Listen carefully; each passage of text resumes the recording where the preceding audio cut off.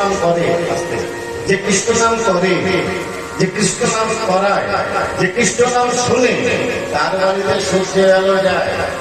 আর যে কৃষ্ণ নাম করে না, কৃষ্ণ নাম শোনে না, তার বাড়িতে কি সূর্যের আলো যায় না? কি যায় না? যাই, সবার বাড়িতে যায়। আবার ধরুন বাইরে যে ফুরফুরে ঠান্ডা বাতাস বইছে, যে গাইছে সে পাচ্ছে, যারা গাওয়াচ্ছে সে পাচ্ছে, যারা শুনছে তারা পাচ্ছে, যারা এখানে না এসে বাইরে শুনছে তারা পাচ্ছে না? পাচ্ছে, সবাই পাচ্ছে। তাহলে মানে কি দাঁড়ায় যে ভগবান আর প্রকৃতির কাছে সবাই সমান। তাহলে ভগবান আর প্রকৃতির কাছে যদি সবাই সমান হয়, আমি কেন বঞ্চিত হব? এইটা হচ্ছে কুড়িলার প্রশ্ন। তাহলে ভগবানের কাছে যদি সবাই সমান হয়, আমি কেন বঞ্চিত হব? সবাই তো মুক্তির রাস্তা পেল, আমি কেন পেলাম না? এই কথা শুনে ভগবান কৃষ্ণ বললেন, মাসি তুমি কি অপরাধ করেছ? অপরাধ ছিল না জেনে। না জেনে অপরাধ করলে কি অপরাধ হয়?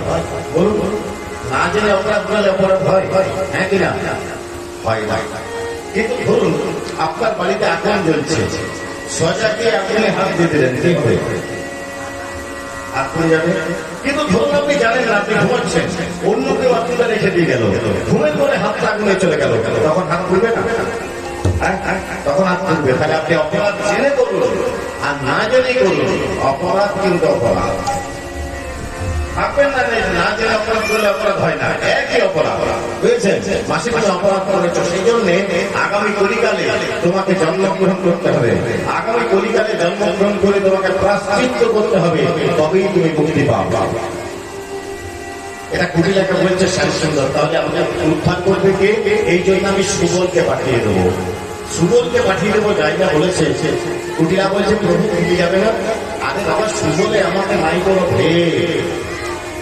আমার শরীর থেকে আমার 12টা রাখালের সৃষ্টি, আমি যাওয়া সুবল যাওয়া একই। সুবলকে তোমাকে উদ্ধার করে নিয়ে আসবে। এবারে জায়গা বলছি, মনে রাখবেন, এগুলো পরে